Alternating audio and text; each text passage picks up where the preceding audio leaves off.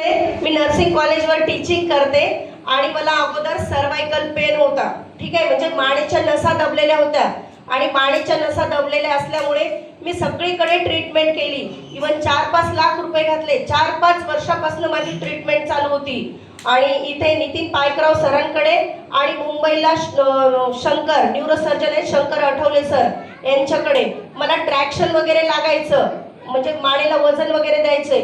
माझा एक हात पूर्ण काम करत नव्हता. मी टीचिंग करताना मी लिहू शकत नव्हते किंवा घरामध्ये इवन पीठ मळताना देखील मला एवढा त्रास व्हायचा.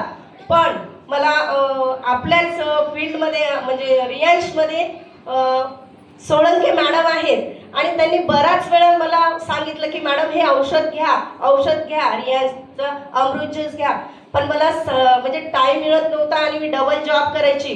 पण नंतर मी घेतल्यावरती एक 15 दिवसामध्ये मला